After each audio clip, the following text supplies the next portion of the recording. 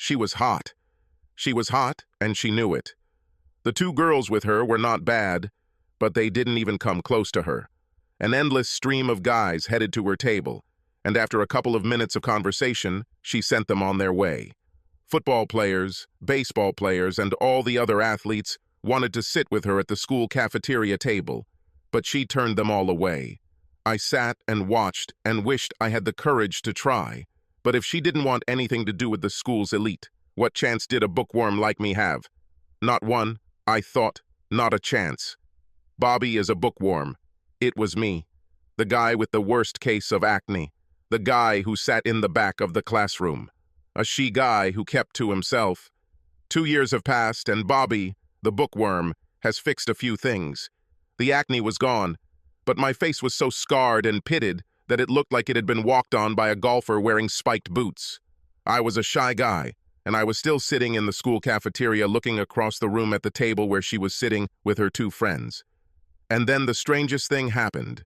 She looked in my direction, our eyes met, and she smiled at me. I knew it as surely as I knew my own name. She didn't smile in my direction. She didn't smile while looking into space. She smiled at me. The bell rang, signaling the end of the lunch period and breaking the spell, and we all stood up and walked to our next class. I didn't have any afternoon activities with her. I saw her again in the first 2 classes the next day. I thought she glanced in my direction once or twice, but I was probably mistaken. I was sitting alone at a table in the cafeteria, as usually happened when she and her 2 friends stood in line. I, like everyone else, watched her pay the cashier. She then looked around for an empty table, and everyone was watching to see where they would go. It was the sexiest thing in the world. The cashier gave her the change, and she looked around the room. There were several empty tables on the east side of the room, and none on the side where I was sitting, although there were 3 empty seats at my table. She turned and walked towards the empty seats at my table, and behind her, I saw her 2 friends looking at each other in confusion before following her. She came to my table, looked at me, and said, "Can we join you?" I was too stunned to say a word, but she knew the odds of me saying no were like the moon actually being a big piece of cheese, so she sat down. She looked at me and said, "Robert, right?" I nodded affirmatively. "So tell me, Robert, why do you sit here every lunch and watch me like a hawk?" Her friends looked from her to me and then back to her again, and what the hell is going on here was as clear on their faces as it was in my mind. I was shy, but it was that shyness that stopped me from getting close to people. But I'm not tongue-tied. I smiled and said, "Beauty attracts the eye. Extreme beauty attracts the eye and holds it." This seemed to surprise her. Wasn't this idiot a slack-jawed clown? I had no idea what she was thinking at that moment. I wasn't the kind of guy who was privy to the thoughts of a goddess. She gave me a dazzling smile and asked, "If this is true, why did you never come to talk to us?" "What? I? Will a commoner approach the throne?" She laughed and said, "We could handle a steady diet of this kind of flattery, right, girls?" Her 2 friends, Carol and Bev, smiled wryly, clearly indicating that they had no idea what was going on. "Seriously," she said, "why haven't you ever talked to me before? I can turn this against you. We have been in the same class for more than 3 years. Why didn't you ever talk to me? Because I am the queen bee, and all the males should approach me, and not I should approach them." And then she laughed and said, "The truth is that I was a rather shallow, arrogant fool. I was so used to all the handsome guys fawning over me that I never paid much attention to guys who looked like you." At these words, Bev and Carol caught their breath. She laughed again and said, "I am the queen, and the queen can say whatever she pleases." She looked me straight in the eyes and said, "You know what you look like, so you're not surprised that I see you the same way, right?" I shrugged and said, "No, not really." "Fine, we start without illusions." "Begin?" "That's right, Bob. Let's start. Meet me after school and you can take my books home." "Carry your books?" "Figure of speech, Robert. I usually go out the east door." Then she changed the topic to who to vote for prom king and queen, and we talked over lunch. When the bell rang, she said, "East door at 3. See you there." She walked away. leaving me to sit and wonder what the hell just happened. Stupefied? Yes. Stupid? No. At 3 o'clock, I was standing on the steps at the east door when she came out. Bev and Carol were with her, and when they saw me waiting, I saw them look at each other. Each silently asked, "Do you know what's going on here?" But there was no surprise on her face when she saw me, because she knew I would be there. She handed me her book bag, and I took it. At the bottom of the stairs, she turned right, but I took her hand and led her left. She looked at me questioningly, and I said, "Be patient, my queen. Everything will become clear soon." We walked to the student parking lot and a 1993 Ford Mustang convertible. I opened the passenger door, bowed deeply, and said, "The carriage is served, my queen." Neither of us had seen the car before, which wasn't too strange since I hadn't seen it myself until last night. It was my 18th birthday, but it was decided that we would celebrate it on Saturday, so I didn't expect anything until then. Mom told me to take out the trash while she prepared dinner, and Dad got out the plates and dishes to set the table. I walked out the door into the attached garage where the trash cans were and stopped in my tracks when I saw a sea green Mustang with a white convertible top. It had a huge red bow and ribbon that said, "Happy birthday, Rob." I just stood and looked at him. Mom and Dad came up behind me. Mom said, "Happy birthday, dear." And Dad said, "The color is a little nasty, but you're young enough for it to suit you." Mom hit him with her fist and said, "Shut up. It's beautiful. And I'm mad that you didn't give it to me and give Rob my clunky van." "I can't give it to you," said Dad. "If you go in this car, I'll have to fight off everyone with a stick, and I'm too old for this shit." Mom laughed and said, "You're kind of old and decrepit. Maybe Rob will lend me a car one evening, and I can go on a cruise and find some stud to keep up with me." Dad said, "I'll show you the old and decrepit one," and he picked her up, put her on his shoulder, and carried her towards the bedroom, and she laughed and told him to put her down. I held the door open so Bev and Carol could sit in the back, and she climbed into the white leather seat in front while I lowered the lid. I started the engine, turned to her, and said, "Where would my queen like to go?" This is how my relationship with Melissa Ann Courtney began. We headed to Bev's house and then to Carol's, and she said she would call them later. As soon as we were alone, she said, "Why don't we drive through the driveway, drink a couple of Cokes, and go to the park? I listen and obey my queen." She laughed and said, "I should have found you earlier. I've been here all this time. Tell me about yourself." "Nothing to tell. I'm a little shy and mostly keep to myself, except for half a dozen really good friends. Basically, I go to school, study, and spend time in the library 3 to 4 times a week." "Why spend so much time in the library?" "I'm part of a chess club that meets there on Tuesdays, and a book discussion group that meets there on Thursdays. On Wednesdays, I read books to a group of 4, 5, and 6-year-olds.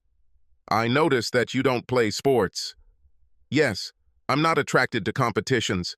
I play tennis with my mom on the weekends and sometimes bowl with my dad, but most of the time I work out in the gym that my dad built in our basement. But enough about me." Why did the queen consider this insignificant commoner worthy of her attention? She was silent for a moment, and just as she was about to say something, we pulled up to the burger barn and pulled into the driveway. I ordered 2 nice lunches, and then drove across the street to the park, got out, went to the picnic table, and sat down. She took a bite of her hamburger and took a sip of cola, and then said, "The truth may hurt, but considering how you took my comment about your appearance, I think you can handle it.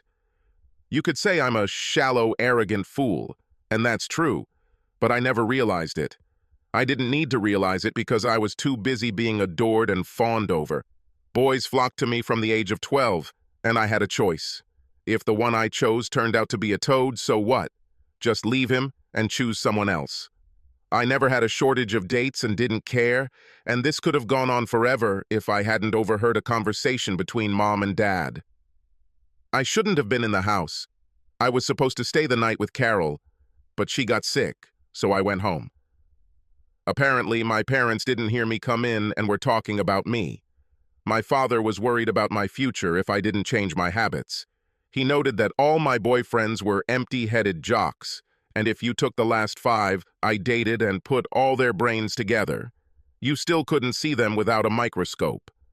He said the only reason any of them spent any time studying at all was because they had to maintain a C average or they couldn't play sports.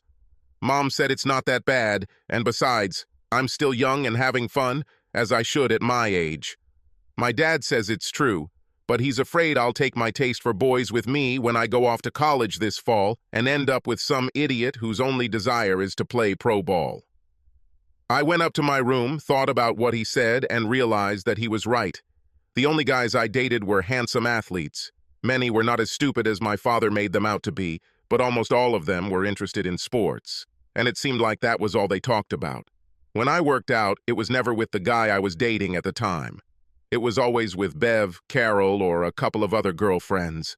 I tried to remember the last time I had a meaningful conversation with one of my boyfriends, but I couldn't remember one. My father was right. I chose my boyfriends based on looks alone, and it dawned on me that the reason I was changing boyfriends so quickly was because other than looks, they had nothing to attract and hold my interest. I thought about it for a couple of days and decided that I needed to see how the other half was doing. I looked around and saw you. I wanted to get away from the delicious, handsome guys. I wanted someone that my dad didn't think was just another jerk, and like I said, you were there. But even so, you're lucky. I noticed you yesterday, sitting alone at lunch, and I thought, wow, Lissa, this is the perfect guy. Not the prettiest or the athlete, but he's on the honor roll every semester, so I headed over to your desk and here we are. So what do you think of your queen now? So I'm a social experiment. Why don't we tell you that you are participating in the project? A project? Yes, the project is to try to change the narcissistic, arrogant, superficial fool into something else. Are you up to this task? Most likely no. She raised an eyebrow and I said, you said it yourself about 4 hours ago that you never paid much attention to guys who looked like me. The problem is that you are not the only girl with this attitude. I'm 18 and have never been on a date with a girl, and not for lack of trying. I don't have the slightest idea how I can help with your project. You're kidding me, right? Not in the least. I've never met a girl who wanted to date a guy whose face looked like he'd had a cheese grater on it. She sighed and shook her head. Melissa used to be one of them. I think there are 2 projects to work on right now. 2 projects? Yeah, me and you. You'll be working on the Reassembling Melissa project, and I'll be working on the Transforming Robert into a Social Butterfly project. Maybe they are related. Can you dance? My mom forced me to take dance lessons when I was in 7th grade. And then, at home with Mom, he and my father competed in ballroom dancing. When he goes on business trips, she wants to dance to fill her evenings. Then, it's okay. The first step in what I'll call the Bobby Project is to get other guys involved on dates. The goal will be for you to be ready to shine at prom. At graduation? I don't have a date for prom. I don't even know anyone I could invite to prom. Every girl I've ever asked out has turned me down. Of course you have a date, silly. It's just that you haven't made an official proposal to me yet. You? Will you be my prom date? Depends on the circumstances. From what? A stupid little demand known as asking. I looked at her, stunned, and she said, repeat after me, Robert. Will you go to the ball with me, Melissa? I stared at her in complete confusion. How could this happen? Having the prettiest and most popular girl in school sitting on a park bench talking to me was mind-boggling in itself. It defied all logic that she told me to invite her to the ball. Come on, Robert. You can handle it. Just follow me. Will you go to the ball with me, Melissa? I pinched myself and felt pain, so I knew it was not a dream. I took a breath and asked, Miss Courtney, would you do me the honor of allowing me to accompany you to the prom? I thought you'd never ask. Of course, yes. Now that we've settled everything, we need to see your mother. With my mom? For what? If she has participated in ballroom dancing competitions, she knows how important it is to be synchronized partners. We need her to see us together so she can make her comments and suggestions. As you noted, Robert, I am the queen, and the queen will have to reign supreme at the prom. When is the right time? I'll ask when I get home. She looked at me, and I found that she was quite good at reading facial expressions. What are you thinking about, Robert? I find it hard to believe that this close to prom, the prettiest and most popular girl in my senior year doesn't have a partner yet, but mostly I find it hard to believe that you want to go to prom with me. Half a dozen guys asked me, and I turned them down because it was hard for me to choose between them. I already told you why I never dated one guy for very long, and all the guys who asked me out were the same as the ones I kept changing. They were all cut from the same cloth, from the same mold, so to speak. Graduation should be special, and I was hoping for something better. Then I reevaluated, and here we are. As your queen, I am going to give you a task. Your queen's prom is special. Do this, and your queen may give you a knighthood, or kiss you and turn you from a frog to a prince. Let your queen down, and she may leave you a frog forever. I listen and obey my queen. She laughed. You're a big idiot. I should have checked the frogs sooner. I took her home and walked her to the door. She kissed me on the cheek and told me she would see me at school the next day. Over dinner, I told my mom that I had a prom date and that Melissa wanted some help with our dance. Mom offered to bring her home after school. I called Melissa and she didn't have any plans for the day and was looking forward to dancing with me. Melissa and I had 2 classes together in the morning, and at the end of the second, she told me to save her a seat at my table during lunch. When I sat down in the dining room, it seemed like everyone was looking at me, and I wondered what it was. I learned this when Melissa and the ever-present Bev and Carol joined me at the table. Melissa told the guys who asked her out that she wouldn't go to prom with them. She told Carol, Bev, and a few other kids that she was going with me, and word of the school spread the news. Melissa asked me if I would mind if Carol and Bev came with her to my house. At 3 o'clock, I was waiting for them at the east door, and we went to my house. Mom and Melissa seemed to hit it off instantly. And after some small talk, Mom said, "Okay, you two, let's see what you have there." We entered the living room with a wooden floor. My mother put on the CD we used to dance to and turned it on. The first number was a waltz, and it immediately became clear that Melissa could not dance. I mean, she could dance like most teenagers, but she wasn't up to ballroom dancing standards. I made her look bad. Not at all what I wanted for my queen. Mom said, "You need to do some work, honey. Let me show you what it should look like." She held out her hand to me and pressed play again, and I led my mother around the hall until the tune ended. Then Mom said, "We need to do one of 2 things. Either Bobby needs to dance more quietly, or we need to get you up." "I vote to raise me," Melissa said. "How can I do it?" "Hard work, honey. Hard work and time. How much time do you have?" "Every minute when I'm not at school, including weekends." "What do we have? 2 weeks until graduation?" Melissa nodded affirmatively. "Then it's okay. Every evening after school and all day on Saturday. If we achieve good results, we will be able to skip Sundays." She turned to me and said, "This means that you will be in charge of preparing dinner when your father returns home. Are you all right?" "No problem." "He cooks?" Melissa asked.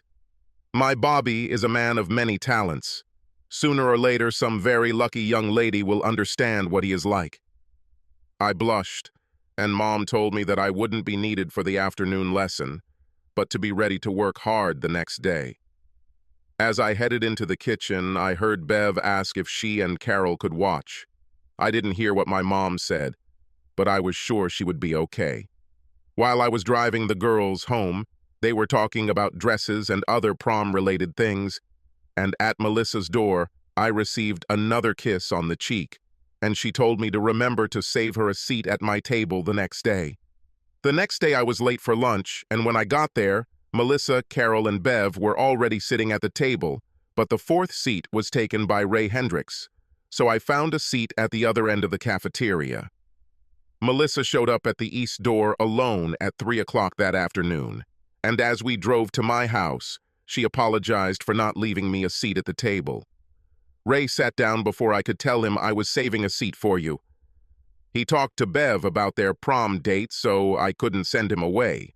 I shrugged and we pulled into the driveway. We were just entering the house when I found out why Carol and Bev weren't with Melissa when she left school.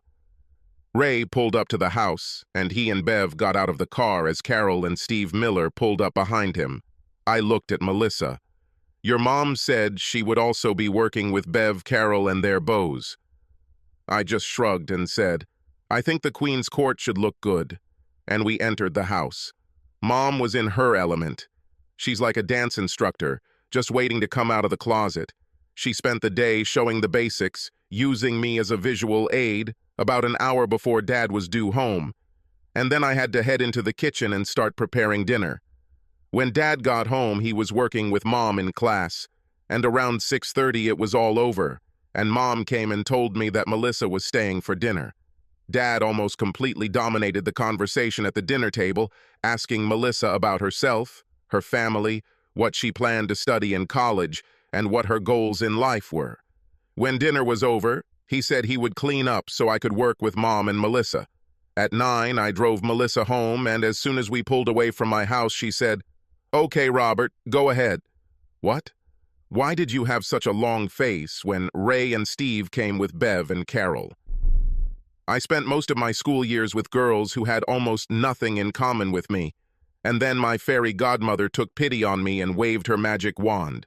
The magic dust has settled, and here you are. This is the only possible explanation.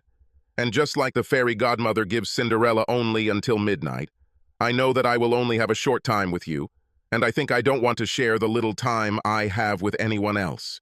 To this she did not answer, but what could she say? She knew it was true. I walked her to the door, and she turned to me with a strange look on her face as she said she would see me at school the next day. She leaned over and kissed me, not on the cheek, but on the lips.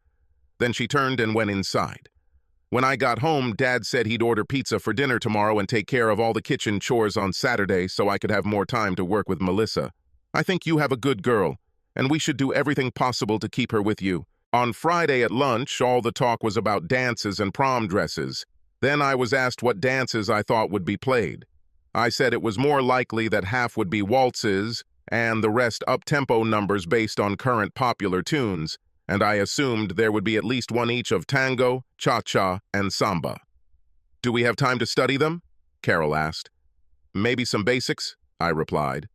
Of course, Carol had to bring it up that evening, and of course, Mom took it as a challenge. How hard do you want to work? She asked. Today we can work late, and tomorrow all day. You'll need to be here most of the day on Sunday, and then work a couple more hours the following week. We have tonight, all of this weekend, and all of next week and weekend. I think we can do it, but you won't have time for anything else. I could tell Ray and Steve weren't interested in it, but Melissa, Carol, and Bev were all for it, so Ray and Steve trudged along. It was either that or lose your girlfriends 13 days before graduation. We worked until 10, and then I took Melissa home. We had almost reached Melissa's house when she said, "Your queen is furious." And what, pray tell, did this insignificant one do to upset his queen? We haven't been on a date yet. We spent all this time together and still haven't gone on a date. This humble man apologizes, but at the risk of incurring the wrath of his queen, he must say that it was the queen who made the decision to fill all her free time with dancing lessons. She looked at me for a moment before saying, "I guess what I did was wrong." Before I got to her house, she told me to turn left onto Jerry Street. Why are we doing this? Be patient, you'll see. She made me turn right, and I looked at her questioningly because we were at a dead end. At the end of the block, she told me to stop and park. I did as she said, and then she said, "Sit in the back." When she left her side and moved towards the back door, I followed her. It doesn't look like we can find time to go on a date before graduation, and I'll be damned if I wait another 13 days to do it. We can't do it in the front because of the bucket seats, center console, and shifter, so we'll have to do it here. Kiss me. Was I going to argue? You weren't joking when you said that there were no girls in your life? If they did, they certainly didn't teach you how to kiss. Here, let me show you. And she did it. After a couple of minutes, she said, "Not bad, but we'll have to spend some time working on this." And then tried to find my lips again. Another half hour passed before she said it was time for me to take her home. The kiss goodbye at the front door was a little tense, and I drove home, thanking my fairy godmother profusely. It may not last long, but I will have very pleasant memories. The next 10 days passed the same way. On Saturdays and Sundays, we worked 12 hours a day under the supervision of an overseer who became my mother. There was school from Monday to Friday, and after school there were 4 more hours of lessons. The following Saturday and Sunday were also 12 hours. Every night when I drove Melissa home, we kissed. Sometimes it seemed to me that Melissa was expecting some action from me, but I didn't know what. When I got home from driving Melissa home from Sunday's session, my mom told me that she thought Melissa and I were almost good enough to compete. "You were always ready, baby, but Mel needs some more work." Carol would also be happy if she had a better partner, but unfortunately, Bev and Ray don't have what it takes. They will shine at prom, but it will be because most of the other kids don't get their lessons. Do you really think we're doing that good? I bet, baby. I went to bed that night feeling damn good. This good feeling stayed with me until the end of the 4th hour. At the end of the 2nd hour of class, Carol asked me to meet her at the east door before heading to the cafeteria for lunch. I was there waiting when she came out. She came up to me and hesitated. She wanted to say something, but didn't seem to know what or how to say it. I tried to help. "Come on, Carol. As you can imagine, I'm used to hearing bad news from girls. I can handle it. Mel is my best friend, and I don't usually interfere in her affairs, but over the past couple of weeks, I've realized what a wonderful guy you are and what a wonderful family you have. I wouldn't want to, but I'm afraid Mel will hurt you. I know why she hangs out with you, but I also know her, Rob. I know you're not the kind of guy who will hold her interest for long. She'll use you to satisfy some need she feels she has, and then she'll dump you like a dozen others. I see the way you look at her, Rob, and I know how you will feel when this happens.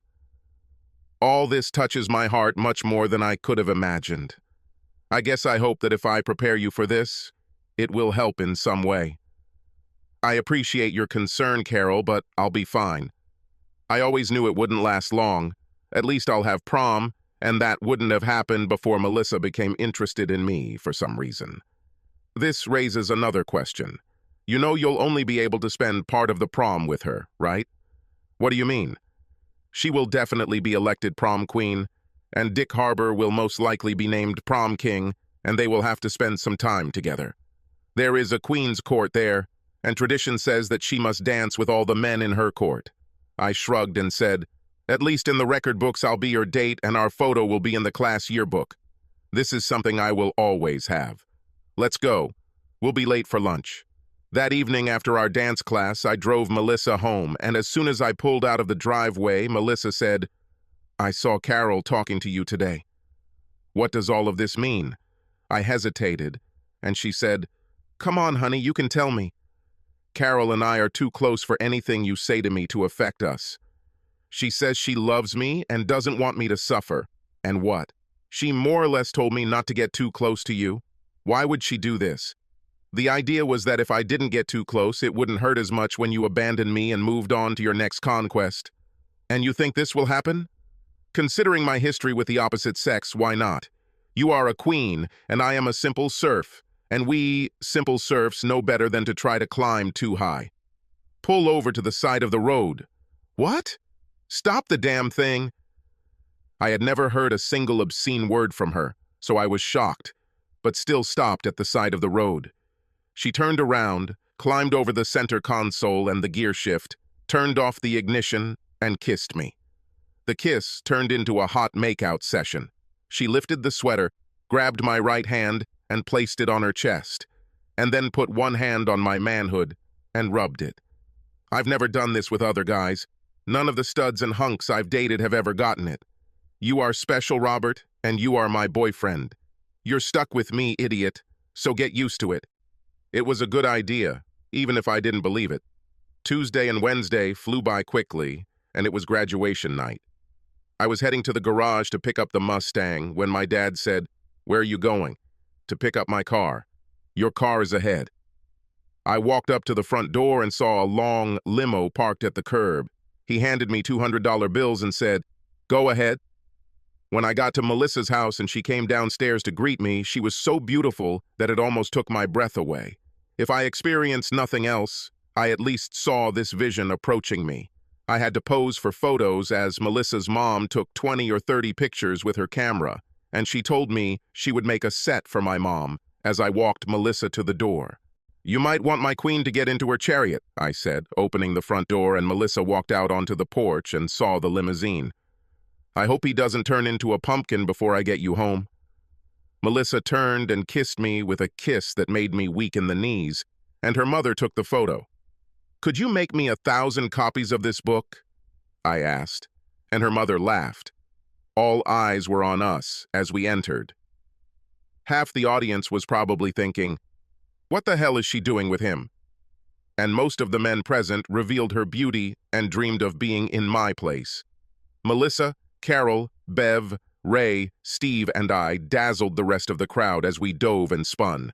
Melissa truly became prom queen, and Carol and Bev became part of her court. The biggest surprise was that Dick Harbour did not become king. Instead, the honor went to Micah Shell, one of Melissa's ex-boyfriends. The biggest shock came when it was time for the king and queen to dance. Mike smiled widely as he approached Melissa as the orchestra began to play a waltz. The smile disappeared as Melissa reached over, took the crown off his head, walked over to me, placed it on my head, and led me to the dance floor. Just the two of us, alone on the floor, and all eyes are on us. If we were to participate in a dance competition during this dance, we would sweep the floor along with the other participants. We felt so good together. When the music finally stopped, Melissa and I bowed to each other, and the room erupted into thunderous applause. I later found out that the leader of the group played the waltz for an extra 3 minutes because we were dancing so well that he didn't want to stop us. Melissa took the crown off my head and gave it back to Mike, then led him out onto the dance floor for the next dance. Carol came up to me, elbowed me in the ribs, and said, "Show off. Now it's my turn." I danced with Carol and Bev and a few other girls that night because I couldn't keep Melissa with me all evening, but she was with me more than half the time. There were 1 or 2 other bright spots. When the band played the cha-cha, mom's students were the only ones on the dance floor, and when they played the second one half an hour later, mom's students each grabbed a partner from the crowd and led them onto the dance floor and tried to lead them through the dance. The same thing happened when the orchestra played 2 tangos. The first was just mom's team, and the second was mom's team pulling partners out of the crowd. During the second tango, I pulled Nancy Newbert onto the dance floor, and when I tried to lead her through the dance, she said, "Damn, Rob, where the hell have you been hiding?" I almost laughed in her face. I've asked her out at least half a dozen times since we were in 9th grade together, and she always sweeps me off my feet. I just smiled and remained silent. The last dance was a waltz, and all was right in my world as I moved across the floor with Melissa in my arms. When the last note died down, she kissed me and said, "You are no longer a frog, my prince." My reverie was interrupted when she sat down next to me. "Thinking about it?" she asked. "Not at all. Just remembering prom." "It's clear, so I see that you are thinking." "Yes, this was the path that led us here. More like 2 or 3. Would you like another drink?" "No. I told the nanny that we would be home by 11. Okay, I just need to go to the toilet quickly." When I returned, I saw Melissa talking to Carol. Carol said something, and Melissa laughed, and then Bev said something, and Melissa laughed as Carol stuck her tongue out. They all hugged, and I marveled at the friendship that had lasted for over 18 years. From 6th grade until today. I had a lot of friends and good buddies, but I couldn't remember anyone who was as close to me as Melissa, Bev, and Carol. I walked up and hugged my wife. "Good night."